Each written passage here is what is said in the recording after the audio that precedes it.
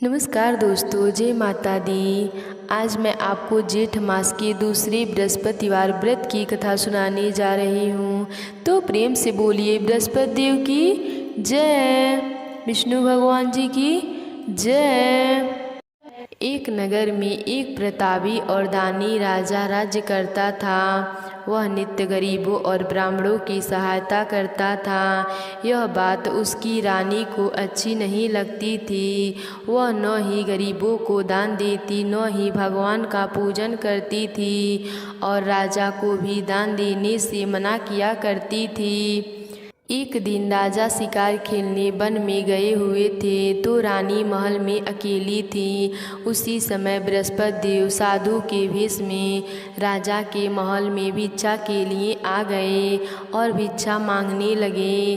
तो रानी ने भिक्षा देने से इनकार किया और कहा, हे साधु महाराज, मैं तो दान पुण्य से तंग आ गई हूँ। मेरा पति सारा धन लुटाते रहते हैं। मेरी इच्छा है कि हमारा सारा धन नष्ट हो जाए, फिर न रहेगा बाँस, न बजेगी बाँसुरी। साधु ने कहा, देवी तुम तो बड़ी विचित्र हो। धन संतान तो सभी चाहते हैं, पुत्र और लक्ष्मी तो पापी के घर भी होने चाहिए। यदि तुम्हारे पास अधिक धन है तो भूखों को भोजन दो, प्यासों के लिए प्याऊ बनवाओ, मुसाफिरों के लिए धर्मशाला खुलवाओ। जो निर्धन अपनी कुंवारी कन्याओं का विवाह नहीं कर सकती, उनका विवाह करवा दो। ऐसे और कई काम हैं जिनके करने से तुम्हारा यश लोक परलोक में फैलेगा। परंतु रानी पर उपदेश का कोई प्रभाव न पड़ा। वह बोली, महाराज आप मुझे कुछ न समझाएं। मैं ऐसे धन नहीं चाहती जो हर जगह बांटी फिरूं। साधु ने उत्तर दिया, यदि तुम्हारी ऐसी इच्छा है तो तथास्तु। तुम ऐसा करना कि बृहस्पतिवार को घर लीप कर पीली मिट्टी से अपना सिर धोकर स्नान करना, भट्ठी चढ़ाकर कपड़े धोना। ऐसा करने से आपका सारा धन नष्ट हो जाएगा। इतना कहकर वह साधु महाराज वहाँ से आलोप हो गए। साधु के अनुसार कही बातों को पूरा करते हुए रानी को केवल 3 बृहस्पतिवार ही बीते थे कि उनकी समस्त धन संपत्ति नष्ट हो गई। भोजन के लिए राजा का परिवार तरसने लगा। तब एक दिन राजा ने रानी से बोला कि हे रानी, तुम यहीं रहो, मैं दूसरे देश को जाता हूँ, क्योंकि यहाँ पर सभी लोग मुझे जानते हैं, इसीलिए मैं कोई छोटा कार्य नहीं कर सकता। ऐसा कहकर राजा परदेश चला गया। वहाँ वह जंगल से लकड़ी काट कर लाता और शहर में बेचता। इस तरह वह अपना जीवन व्यतीत करने लगा। इधर राजा के परदेश जाते ही रानी और दासी दुखी रहने लगी। एक बार जब रानी और दासी को 7 दिन तक बिना भोजन के रहना पड़ा तो रानी ने अपनी दासी से कहा, हे दासी, पास ही के नगर में मेरी बहन रहती है। वह बड़ी धनवान है। तू उसके पास जा और कुछ ले आ ताकि थोड़ी बहुत गुजर बसर हो जाए। दासी ने रानी की बहन के पास गई। उस दिन गुरुवार था और रानी की बहन उस समय बृहस्पतिवार का व्रत की कथा सुन रही थी। दासी ने रानी की बहन को अपनी रानी का संदेश दिया, लेकिन रानी की बड़ी बहन ने कोई उत्तर नहीं दिया। जब दासी को रानी की बहन से कोई उत्तर नहीं मिला तो वह बहुत दुखी हुई और उसे क्रोध भी आया। दासी ने वापस आकर रानी को सारी बात बता दी। सुनकर रानी ने अपने भाग्य को कोसा। उधर रानी की बहन ने सोचा कि मेरी बहन की दासी आई थी, परंतु मैं उससे नहीं बोली, इससे वह बहुत दुखी हुई होगी। कथा सुनकर और पूजा समाप्त करके वह अपनी बहन के घर गई और कहने लगी, हे बहन, मैं बृहस्पतिवार का व्रत कर रही थी तुम्हारी दासी मेरे घर आई थी, परंतु जब तक कथा होती है तब तक न तो उठते हैं और न ही बोलते हैं, इसीलिए मैं नहीं बोली। कहो दासी क्यों आई थी? रानी बोली, बहन तुमसे क्या छिपाऊं, हमारे घर में खाने तक को अनाज नहीं है। ऐसा कहते कहते रानी की आंखें भर आई। उसने दासी समेत पिछले 7 दिनों से भूखे रहने तक की बात अपनी बहन को विस्तार पूर्वक सुना दिया। रानी की बहन बोली, देखो बहन, भगवान बृहस्पति देव सबकी मनोकामना को पूर्ण करते हैं। देखो शायद तुम्हारे घर में अनाज होगा। पहले तो रानी को विश्वास नहीं हुआ, पर बहन के आग्रह करने पर उसने अपनी दासी को अंदर भेजा तो उसे सचमुच अनाज से भरा एक घड़ा मिल गया। यह देखकर दासी को बड़ी हैरानी हुई। दासी रानी से कहने लगी, हे रानी, जब हमको भोजन नहीं मिलता था तो हम व्रत ही तो करते थे, इसीलिए क्यों न इनसे व्रत और कथा की विधि पूछ ली जाए ताकि हम भी व्रत कर सकें। तब रानी ने अपनी बहन से बृहस्पतिवार के व्रत के बारे में पूछा। उसकी बहन ने बताया, बृहस्पतिवार के व्रत में चने की दाल और मुनक्का से विष्णु भगवान के केले के जड़ में पूजन करें तथा दीपक जलाएं, व्रत कथा सुने और पीला भोजन ही करें, इससे बृहस्पति देव प्रसन्न होते हैं। व्रत और पूजा विधि बताकर रानी की बहन अपने घर लौट गई। 7 दिन के बाद जब गुरुवार आया तो रानी और दासी ने व्रत रखा। घुड़सवाल में जाकर चना और गुड़ लेकर आई, फिर उसे केले के जड़ तथा विष्णु भगवान का पूजन किया। अब पीला भोजन कहाँ से आए, इस बात को लेकर दोनों बहुत दुखी थीं। चूँकि उन्होंने व्रत रखा था इसीलिए बृहस्पति देव उनसे प्रसन्न थे, इसीलिए वे एक साधारण व्यक्ति का रूप धारण कर 2 थालों में सुंदर पीला भोजन दासी को दे गए। भोजन पाकर दासी प्रसन्न हुई और फिर रानी के साथ मिलकर भोजन ग्रहण किया। उसके बाद वे सभी गुरुवार को व्रत और पूजन करने लगे।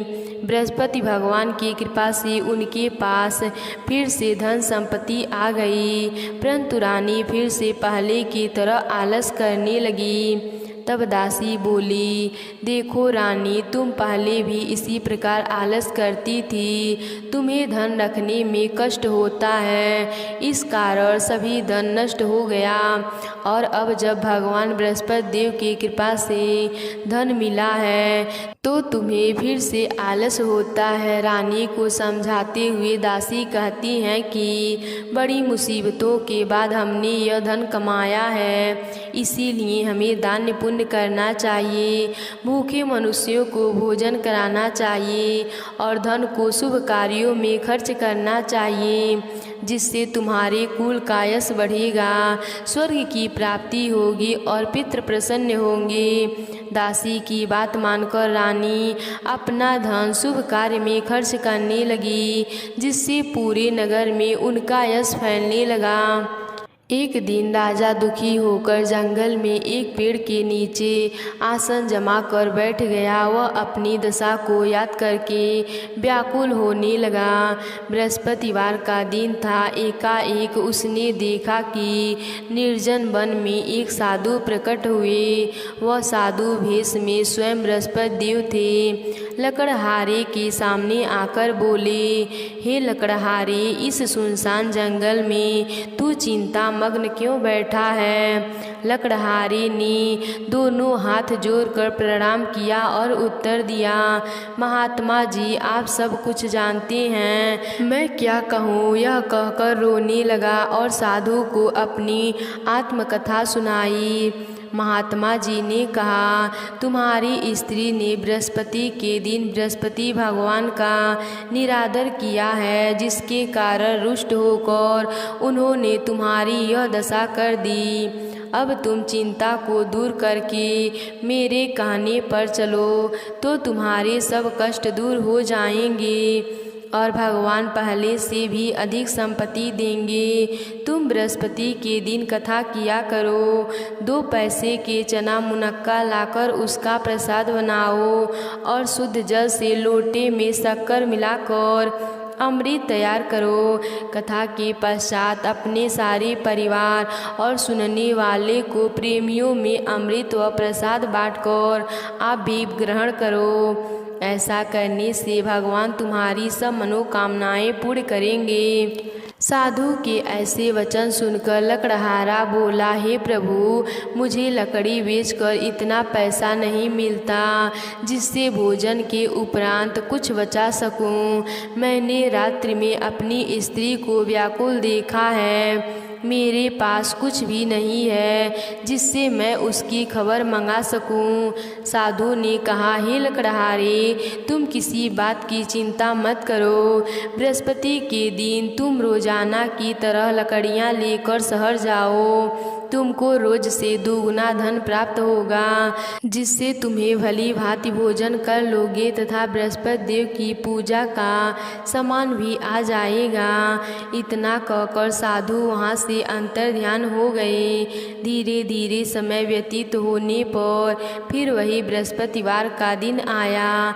लकड़हारा जंगल से लकड़ी काटकर किसी शहर में बेचने गया।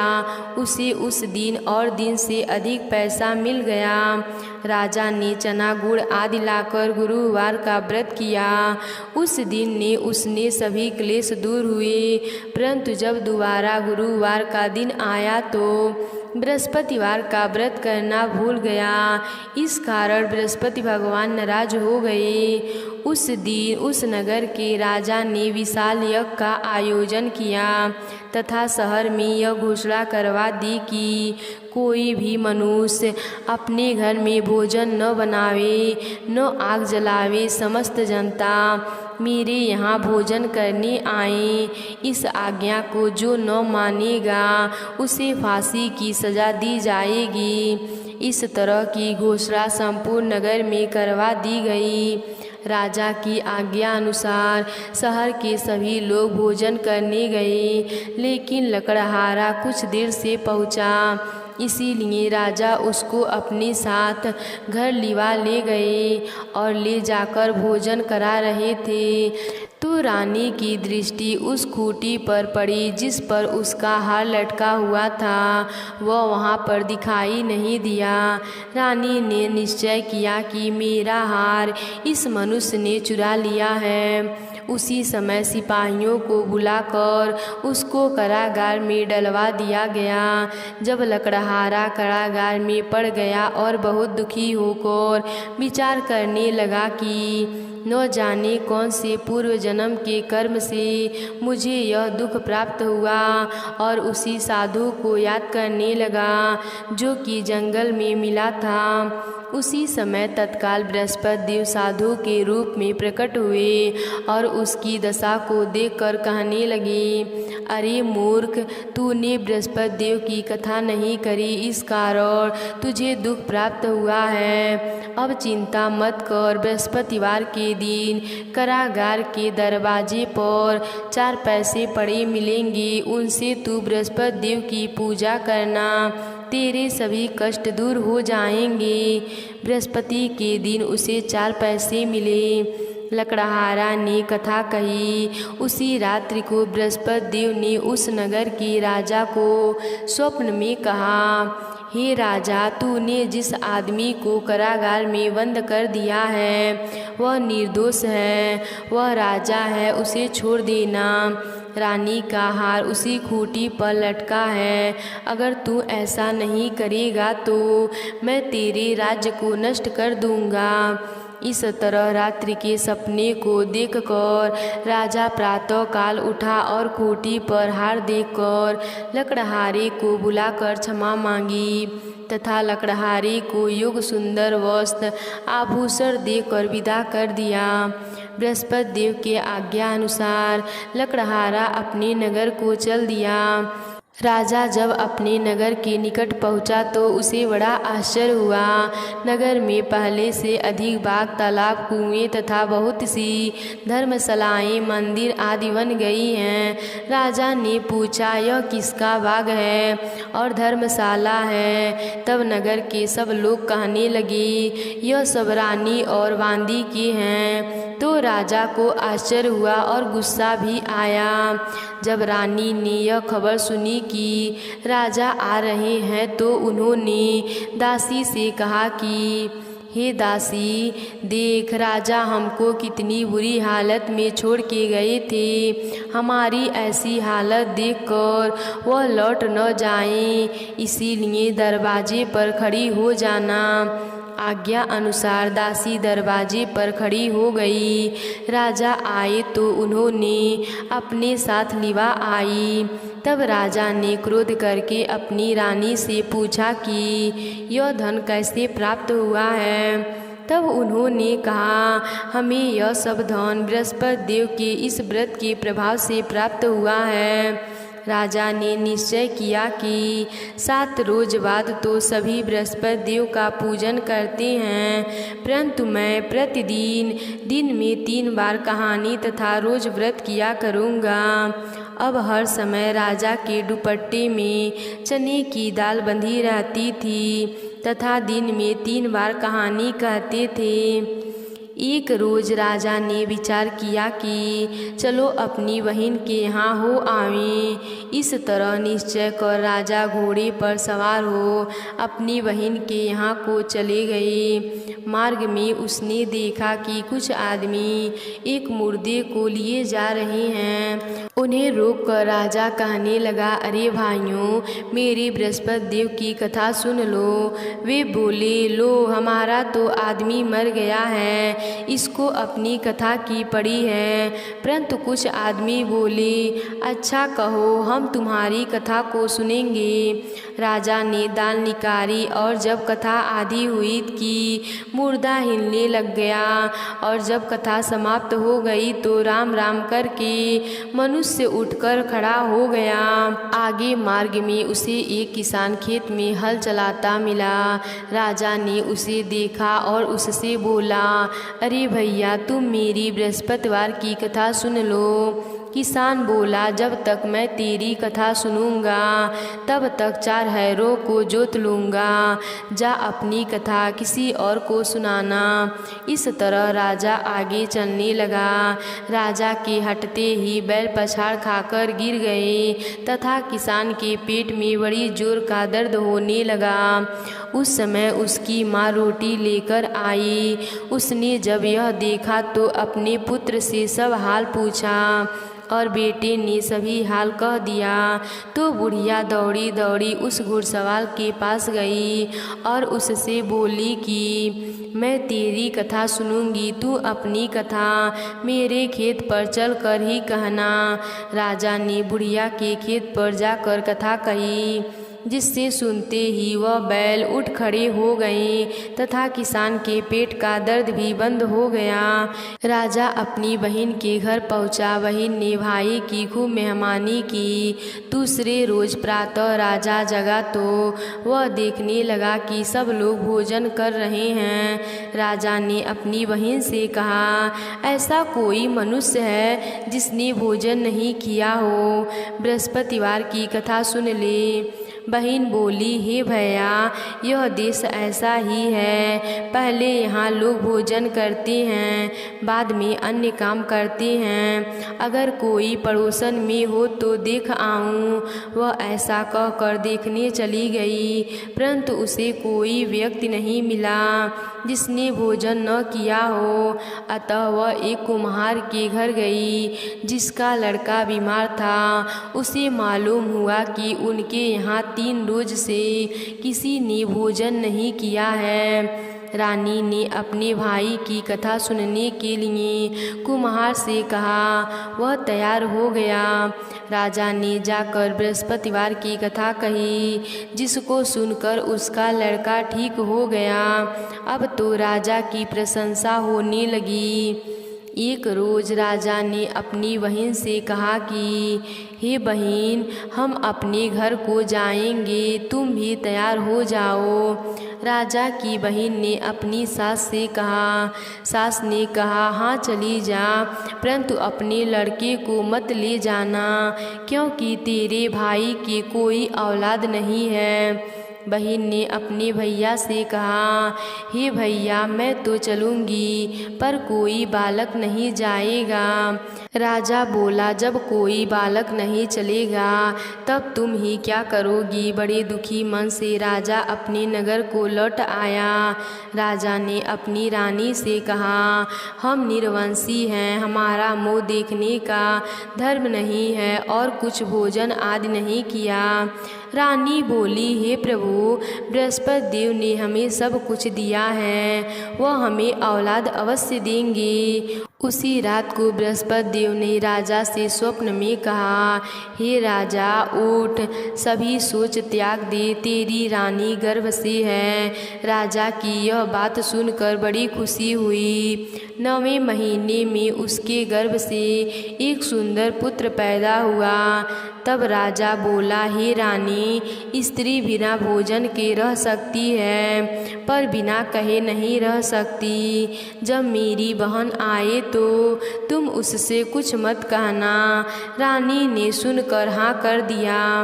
जब राजा की बहन यह शुभ समाचार सुना तो वह बहुत खुश हुई तथा बधाई लेकर अपने भाई के यहाँ आई।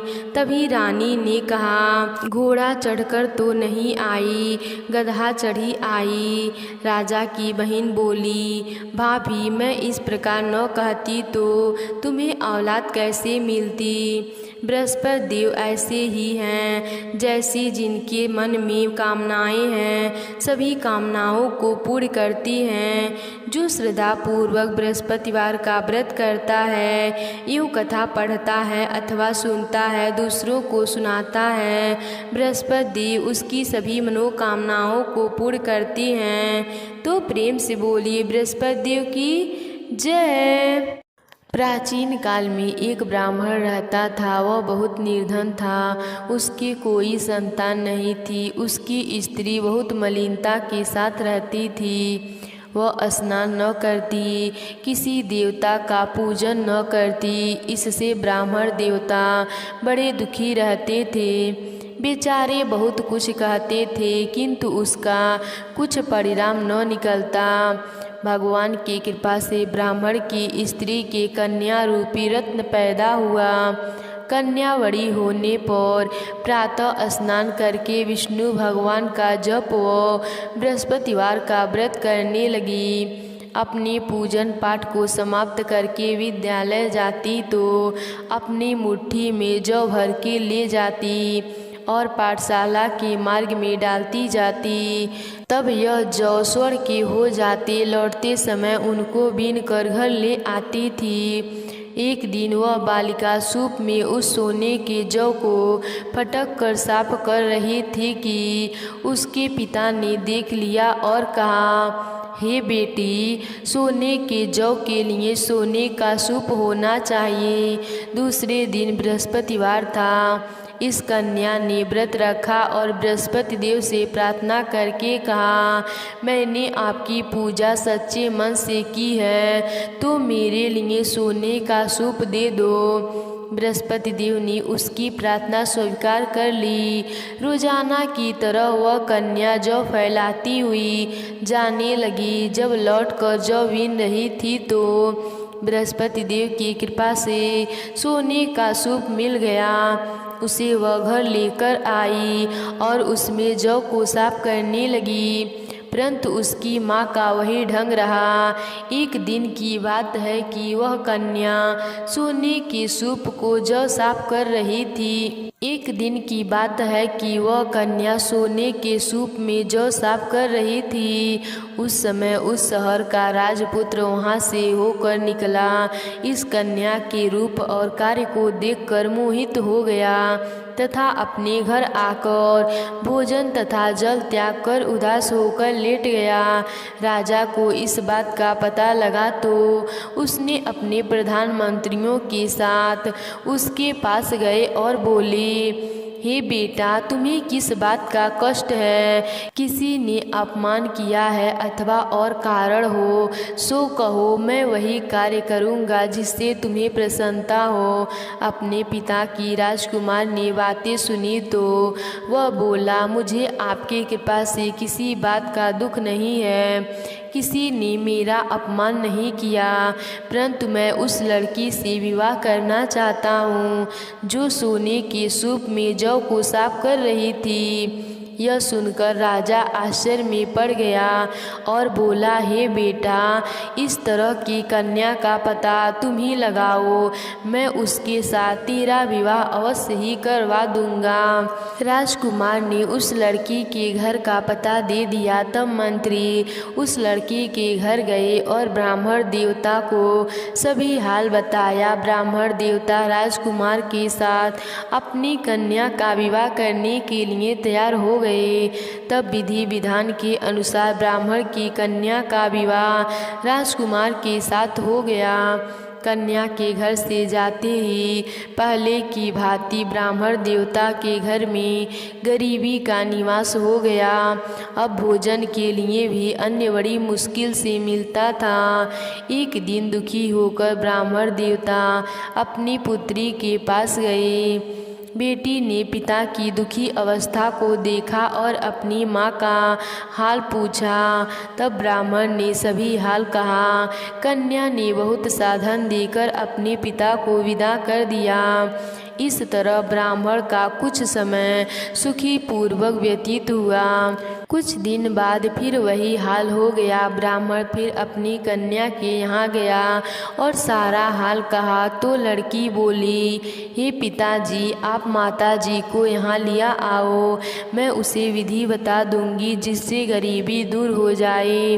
वह ब्राह्मण देवता अपनी स्त्री को साथ लेकर पहुँचे तो अपनी माँ को समझाने लगी, हे माँ, तुम प्रातः काल प्रथम स्नान आदि करके विष्णु भगवान का पूजन करो तो सब दरिद्रता दूर हो जाएगी। परंतु उसकी माँ ने एक भी बात नहीं मानी और प्रातः काल उठकर अपनी पुत्री के बच्चों की जूठन खा लिया करती थी।